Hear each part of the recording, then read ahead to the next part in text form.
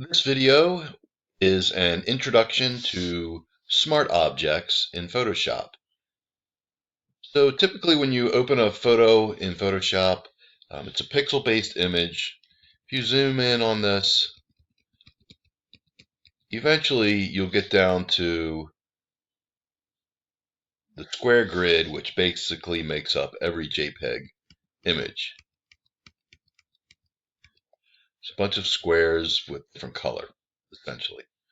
So that's a huge difference between Illustrator and Photoshop, obviously. Um, Illustrator is using those vector objects, which are pretty much infinitely scalable. They retain the resolution no matter how small or how large they are. However, in Photoshop, it's very different. If you resize things in Photoshop, you can totally destroy an image.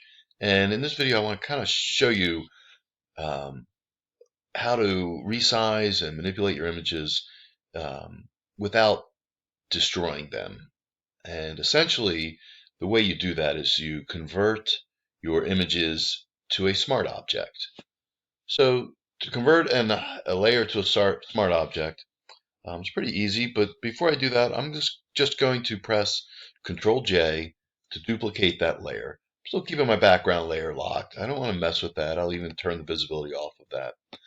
So when we're first starting in Photoshop, until you really get used to working non-destructively, it's a good idea to always have a background layer of the original image that you're not editing, just as a backup. So if you make a destructive edit and you want to go back to the original image, you still have it in your file. So Control J will duplicate a layer very easily and quickly. In fact, I'm going to do that one more time. Now on this layer, I'm going to right click on that layer and I'm going to convert this to a smart object.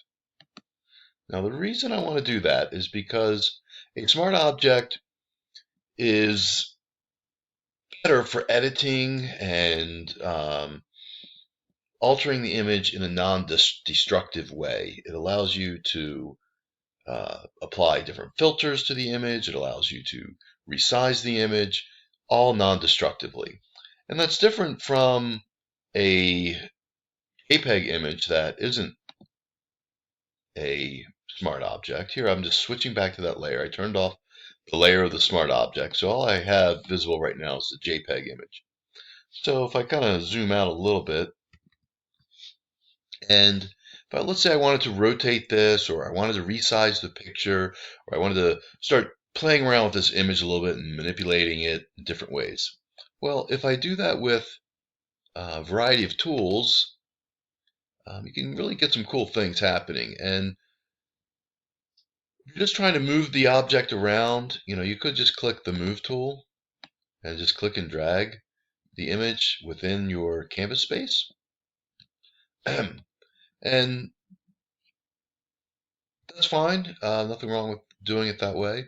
But let's say I wanted to rotate it. I can't really rotate this image or resize it with just the Move tool. So in that case, I'd want to use one of the Transform tools.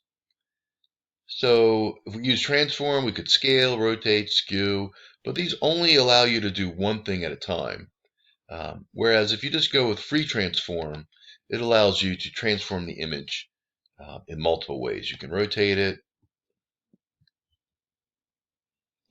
you can resize it, and I'm going to hold Shift as I resize this image. Now, if you resize a JPEG in Photoshop, and I'm going to make that very small, and then click Enter to apply that transformation.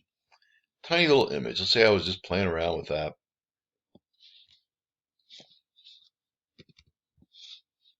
Tiny little image right down there.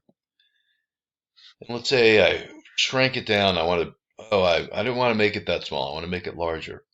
Well, if I select the Free Transform tool again, Control T, and I go to resize this image, I am going to hold Shift as I bring it back up. You can see right away that it's very pixelated. So the problem with resizing images in Photoshop is anytime you resize something smaller and then you scale it back up, every time you do that, it rewrites the image and you lose some of the data associated with that image. So as a result, if I click OK or enter, as a result, when I finish transforming that, you can see if I look at that image compared to, say, the original, the background layer, it's completely blurred out. Now, if I purposely wanted to make a blurred image, great way to do it, okay? But if I'm trying to just keep the same resolution, this method is a really bad way to do it. It's considered a destructive method. So what I want to do now is click on that smart object instead, click on that layer, and I'll press Control T again. And I'll just show you to resize. We'll resize this again. I'll hold the Shift button, make it nice and tiny. Hit Return or Enter. And then I'm going to press, I can move it around, sure. Press Control T again. And let's resize it back up. Hold Shift.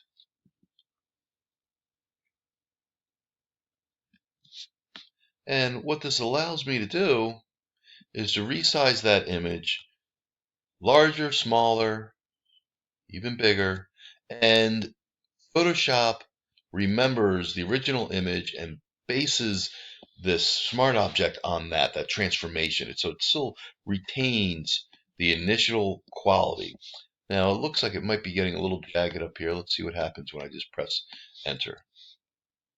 And that cleans right up. All right, so this is the smart object reduced and enlarged. Compare that to just the JPEG image that was resized and enlarged. And you can see, or enlarged, you can see that the smart object is going to retain the quality of the original.